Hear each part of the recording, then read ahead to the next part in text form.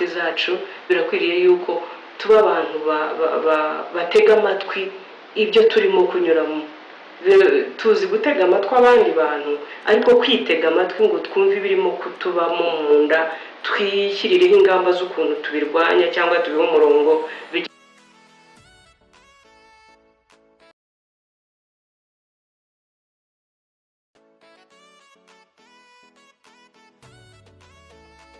Inshuti zacu kandi inshuti za LMS, turabakiriye nanone, tubashimira nanone ko mwongeye kubana natwe. Uyu munsi twabateguriye ikindi kiganiro. Kubo dutindanye ntekereza ko mumaze kumenyera ibiganiro byacu. Uyu munsi dufite ikiganiro cyitwa Facing the Emotional Triggers, cyangwa se guhangara cyangwa guhangana n'ibikoma imbarutso z'amarangamutima yacu. Uyu munsi iki kiganiro tubafitiye, turashaka kurebera hamwe kugira ngo tugire ubuzima bwiza duhora tuganira, tugire umunezero wacu wuzuye. Joyce Meyer niwe nkunda muri porogaramu yise Enjoying Everyday Life. Enjoying Everyday Life ni ukuvuga kunezererwa ubuzima bwa buri munsi, kubaho wishimye umunsi ku wundi.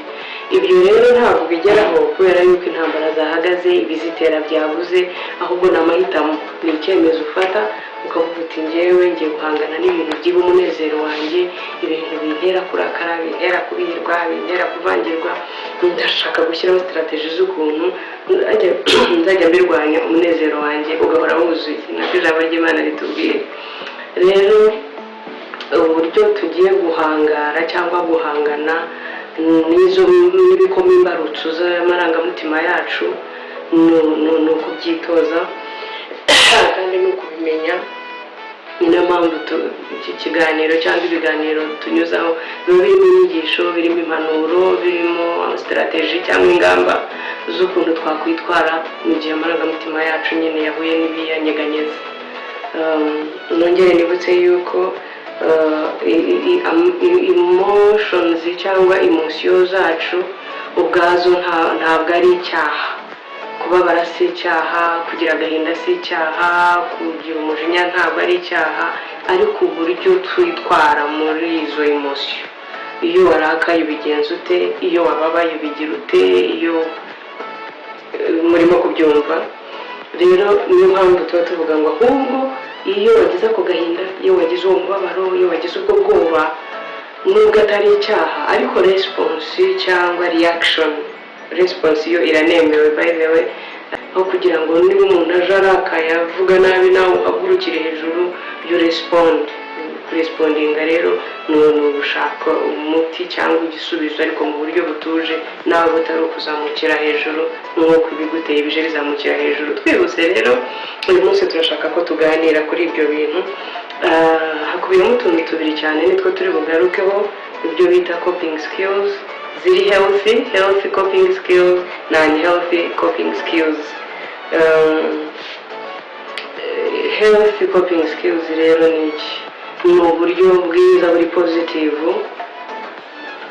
bwo witwara, cyangwa nuko witwara, ni umwitwaro, ni inyifato, uko wifata, ngira ngo Kinyarwanda cyiza, uko wifata emotion zawe iyo zizamutse, cyangwa yari za zindi z'agahinda, z'umubabaro. Kuko turabizi ko agahinda ariko ka mbere gatsikamira umuntu. Ubundi agahinda iyo kabaye kenshi, kimwe mu biranga umuntu wabaye depressed ni silence. Ugasanga umuntu yacecetse, ntagishaka kuvuga, ntashaka bamwegera. Uburyo bwiza rero cyangwa uko twabigenza birahari hano, nibyo tugiye kuganira vuba cyane, hanyuma tukagana no ku musozo tumaze kureba. Iyo tutabirespondinzeho neza, iyo tutamenye izo strategy zo kubyitwaramo neza, dukora ibiri opposite yabyo cyangwa dukora ikinyuranyo cyabyo, bityo tugasoza nabi cyangwa se ntibitugendekere neza. So muri ya myifato nziza mu gihe amarangamutima yacu yatewe, bimwe ni uko mu gihe wumva warakaye cyane, uva ahantu warakariye ukakora nka walk, ukagendagendaho gakeya, ukava aho hantu icyakurakaje cyabereye, uwo mwatonganya ari, ibyabaye ukahava, cyangwa se ugahamagara inshuti yawe ya hafi ukayisubiriramo ikintu cyakubayeho. Umuntu yagutonganije akurenganya, warakaye ku kazi, bagusezereye, wananiwe kumenya uko bifata, inshuti yawe yapfuye cyangwa yakoze aksida, raporo ya muganga ije kwituyeho iragushotse. Ibyo bintu murabizi ko ntawe wabihungira, usohoka muri kimwe uyu munsi haza ikindi, kubera ko murabizi ko ubuzima tubamo buza mu byiciro, buza muri fezezi. uyu munsi uba urimo useka, ejo ukaburarira, umunsi ukaba washyingiye, ejo ukaba urashyingura. Ubuzima ni uko bwubatse. Ni nayo mpamvu tuba dukwiriye kugwiza imbaraga binyuze mu bumenyi bwo kumenya uko witwara, kugira ngo dushobore kuguma imishinga yacu ikorwa, gahunda zacu zikorwa, niba twigaga twiga, niba ari imishinga dukora, niba ari akazi tugakora, kandi umusaruro ukaboneka kubera ko twagwije imbaraga zo kurwanya ibiturwanya. Rero utwo twari turi cyangwa kari agace kamwe. Wahamagara inshuti, wagendagenda, wagira uwo biganirira ibyakubayeho, ukuntu byakubabaje, ukuntu byakurakaje, ukuntu byakubihiye, no kuganirira umuntu uko wiyumva. Ndumva navuze induru, abantu barabizi ko hari igihe kigera ukumva urashaka nk'ahantu mu ishyamba wavugiriza induru nta bantu bakureba, cyangwa se turi kukarira kubera ko wabitse amarira n'ibimubabara igihe kinini, warabuze aho yaririra.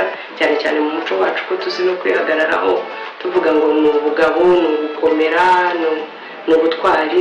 Ariko burya ntabwo ari ubutwari cyane, kuko busigara bukumunga imbere, yamarira n'umubabaro n'intimba wagumanye ukabika ntubisohore, bihinduka uburozi n'ubumara, bikakumunga, amarangamutima akamungwa, akababara, umutima rimwe na rimwe hakazamukamo ibirwara. Rero ubundi tujya inama y'uko iyo ibyo byakubayeho utabibika ngo ubyigumanire, ugira abantu bisangiza bashobora kugukama bagahagarana nawe, ariko icy'ingenzi ni uko bitagumamo ngo bibike, kuko ntibiba bikiri ubuzima, biba byabaye ubumara.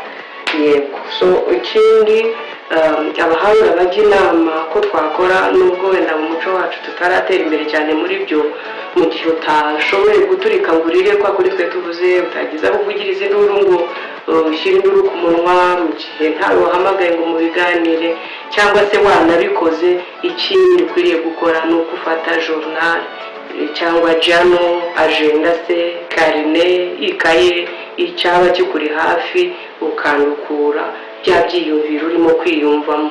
Ndumva narira, ukabyandika. Ndumva ndakaye, urabyandika. Ndumva nakubita umuntu, byandike. Ndumva navuze induru, bishyireho. Ndumva mbihiwe, ndumva narira, ndumva nakwiyahura, ndumva ntacyo nkimaze. Burya uba urimo kubisohora, nubwo nta muntu uri imbere yawe urimo ubiganirira, ariko wa muti urimo kunywa, kuko ntabwo urimo kubibika. Uko ubyandika n'ikaramu, burya n'ibiri mu bitekerezo byawe urimo usohora wandika ku rupapuro cyangwa mu ikaye, kwa kundi twabivuze. Rero ni ubwo buryo bwiza bwo kugira ngo ibyari emotions, ibyakubayeho, uko wiyumva, uko wumva umerewe, ubisangiza abandi, ubibasangiza muri ubwo buryo. Twihuse rero, uburyo buri unhealthy cyangwa uburyo butari bwiza tutanabakonseya, cyane cyane busoza nabi, nabwo reka wenda tubusangire. Harimo gutwarwa na wa muji, ugasa nkaho ugucubije mu mazi, ukisanga iyo urimo kunywa inzoga nyinshi ku basanzwe bazinywa, ukanywa izirenze igipimo, zisumba cyane cyangwa ku kigero kirenze izo usanzwe umenyereye kunywa, cyangwa se kuziga utari usanzwe unazinywa, ariko ugatangira kuzinywa mu rwego rwo kwiyibagiza, niko bakunda kubyita. Ariko ubwo ni uburyo bubi. Ubwo twatangiye icyiciro cya bya bindi bitari healthy, bidakwiriye, bidashimwa, ndetse bituma dusoza nabi iyo twabaye nabi. So hari izo nzoga, hari n'ibindi biyobyabwenge bitandukanye bijyana nazo. Hari abandi cyane cyane nk'abagore bashopinga birenze urugero, umuntu akajya guhaha ibintu atanakeneye, ubwo ni mu gihe afite iyo bije ariko itari iteganirijwe. Ibyo birumvikana, ugasanga bagiye, niba wari ukeneye inkweto, waguze n'iya bote, waguze n'izitagukwira, ntabwo urimo kurizoninga ibyo ukeneye, si ibyo urimo kugura gushopinga birenze urugero. Ibyo nabyo ni bimwe mu byo abantu bakunda gukora mu rwego rwo kwivura umubabaro cyangwa kuruhura amarangamutima yabo, ugakora ibirenze bije yawe. Ikindi ni ugukora ikintu